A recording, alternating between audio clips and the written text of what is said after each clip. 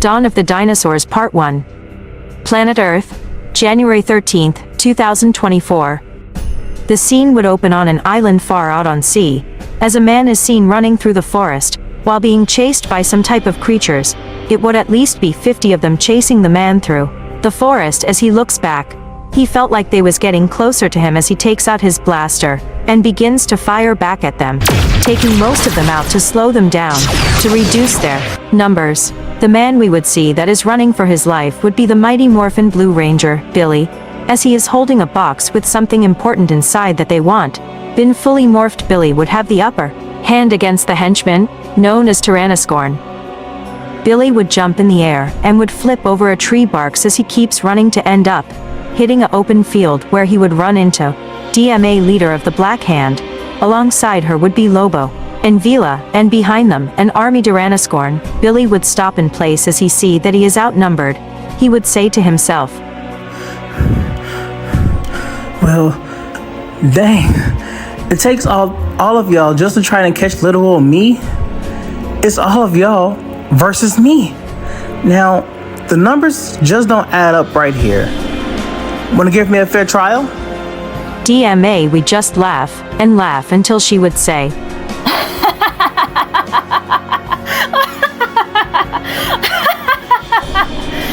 "Oh, come on, Billy. You know I'm not a fair woman. You have something I want that belongs to me, and I want it back now. So hand over the Philosopher's Stone and I might just let you walk away." What DMA didn't know that Billy was just procrastinating in order for his teleportation to kick in and be fully charged according to his calculations, as he thinks to himself, "I have 5 minutes till I can teleport out of here.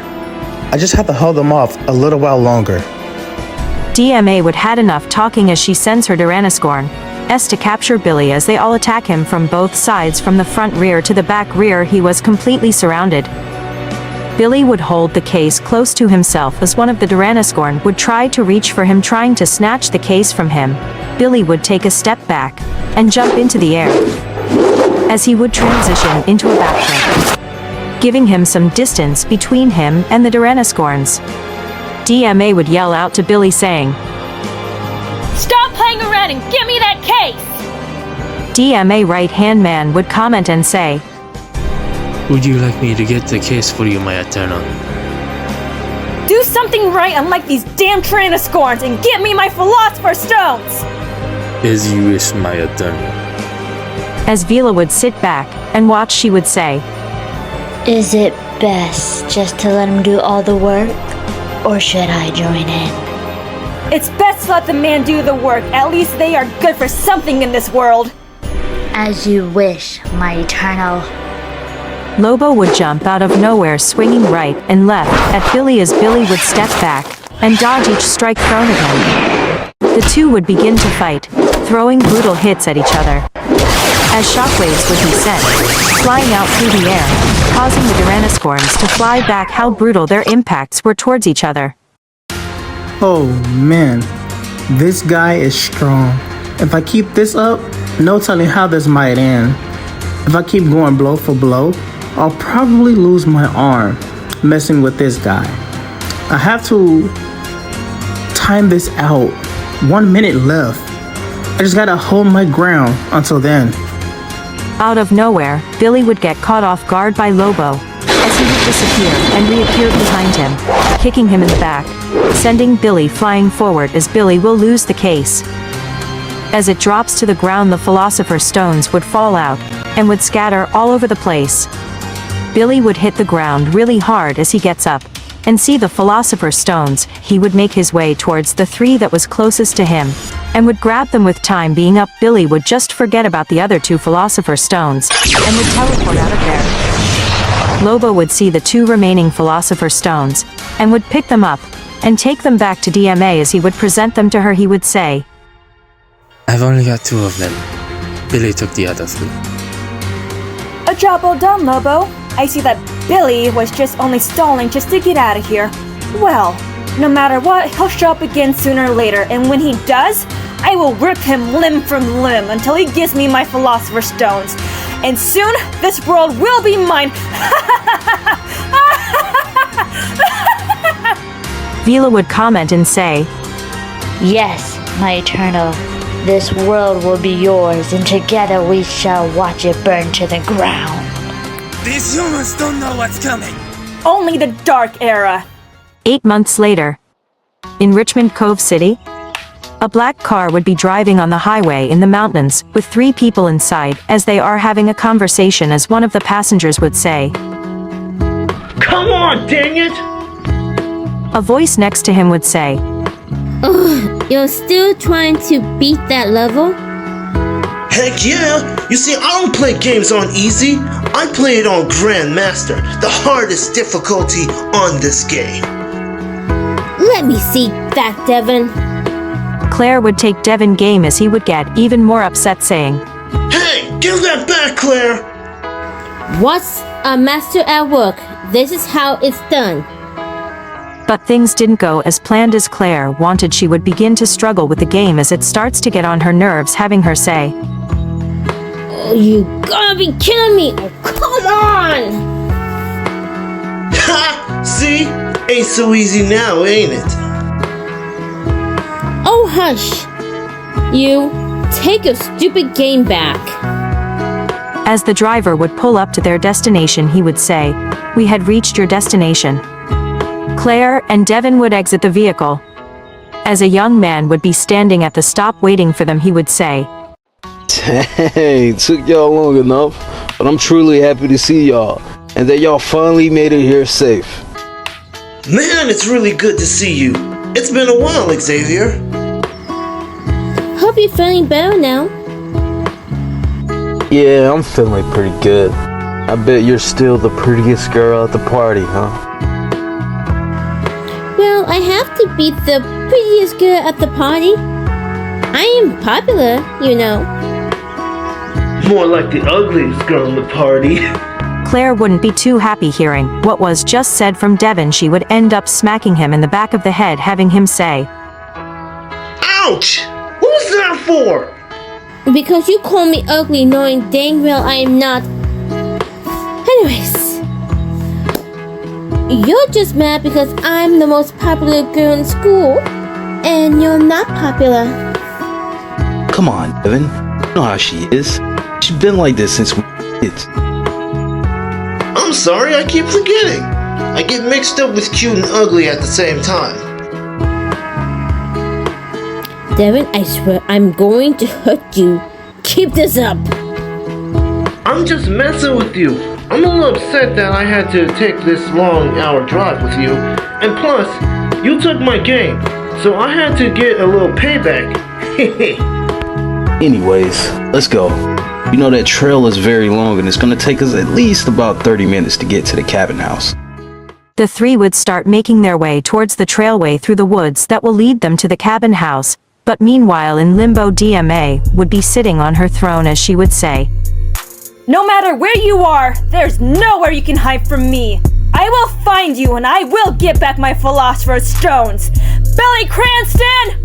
With saying that, massive lightning would strike, and thunder will roar as an evil laugh would be heard as the scene would change back to the woods as dawn approaches. A blue flashing light of energy will pulse out through the skies, alerting DMA as she would say, I finally found you, BillyCranston. Vila, Lobo, you have his energy trace. Now find him and bring me my philosopher's stones.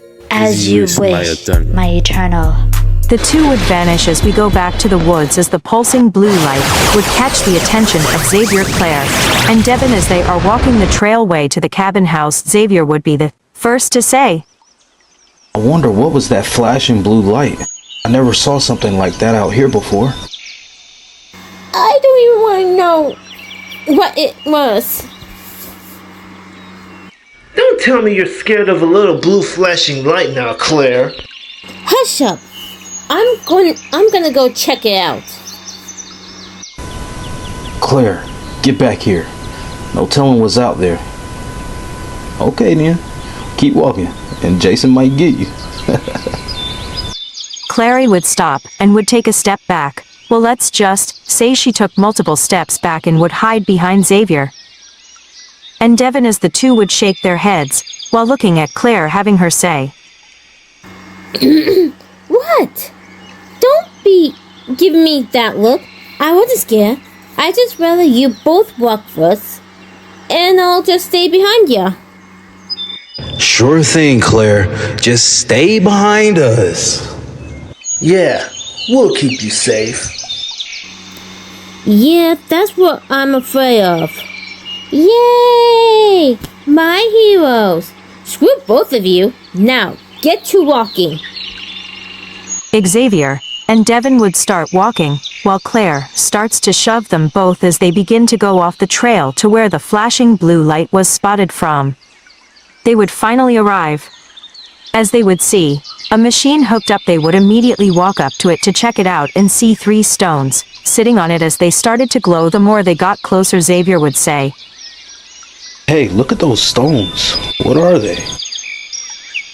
I'm not sure, but they look nice, so I'm taking the blue one only, because blue is my favorite color. If he's taking blue, I'm taking red because everybody knows I look good in red. Accessories. Right when Claire was about to grab the red stone, Xavier would cut her off, saying, No, sorry. No red stone for you. This one has my name written all over it. Wait, no! I wanted the red stone. I have so perfectly nice red shoes to match with it that I bought. Oh, you mean those high heels? The ones that me and Devin had to pay for because you didn't want to pay for them? Those red shoes? I have no idea what you're talking about. As I remember, I bought them. Oh well, live with it. Devin would just sit back and laugh, while Claire would pick up the yellow stone, but right after they would pick up the stones, a man would walk out from the woods saying, Hey, please put those down. You do not know what you're doing with those things, or what they might do to you. But it was too late. Xavier, Devin, and Claire would already have the stones possessed in their hands as they will begin to glow in a fashionably bright colors. As Xavier's body glows red, a T-Rex would appear behind him. As Devin's body it would glow blue, as Triceratops would appear behind him. As Claire's body glows yellow, a pterodactyl would appear behind her, as all 3 spirits of the dinosaurs would link to their bodies with the morphine grid energy surge, and through them they would be standing in front of Billy as Power Rangers, having him say, Well, dang. I was not expecting that. Oh, dear. Xavier, Devin, and Claire would look at each other up and down as they wondered what they have on, having Devin to say, Yo, Xavier, dude! You look awesome in red! No, dude, you look awesome in blue. You just look at you, bro. You look awesome. Can you both stop fan-gazing over each other and tell me how do I look? Xavier and Devin would cross their arms while standing in a thinking pose, looking Claire up and down, but before they can say anything, a beam of light would fire down from the sky. As the light starts to form into 2 figures, the light would disperse as it would be Lobo and Vila. Seeing them both would have Billy say, Just great. Now we got company. The people I did not want to see today. Lobo would speak out and say, We finally found you, BillyCranston. Now hand over the philosopher's stones, and you might just live to see tomorrow. Vila would say, Or we can just kill you here and now and just take them from you, whichever one you prefer. I would like either way. Once Xavier, Devin, and Claire could see again after being blinded by the bright beaming light, they would notice the 2 figures as Xavier would burst out and say, Hey, Devin, check these 2 out. They look like they came straight out of a video game. Bro, you are so right they do. I wonder if they take autographs. Hey, you 2 over there. saying that Claire would say, Don't call out to them, you idiots! You don't know who they might be.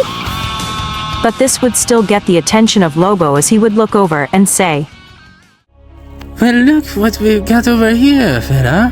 A bunch of athletic Power Rangers. From what I can see, the one in the blue reminds me of you, BillyCranston. I got this. Billy would just speak out and say, Can you stop speaking out my full government name? Hey, you three! Look alive! We got company headed your way! Vila would make a fast approach towards the new Power Ranger team as she would say, If you guys are truly Power Rangers, let's see if you can fight like a Power Ranger.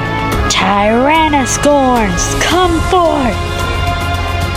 A massive wave of Tyrannosaurs would appear behind Vila as Xavier, Devin, and Claire would begin to take a step back as Vila and the Tyrannosaurs get closer to them as Xavier would say, Okay, how are we gonna get out of this one? To be continued. On the next Power Rangers Dino Beast episode 2 Dawn of the Dinosaurs, Part 2.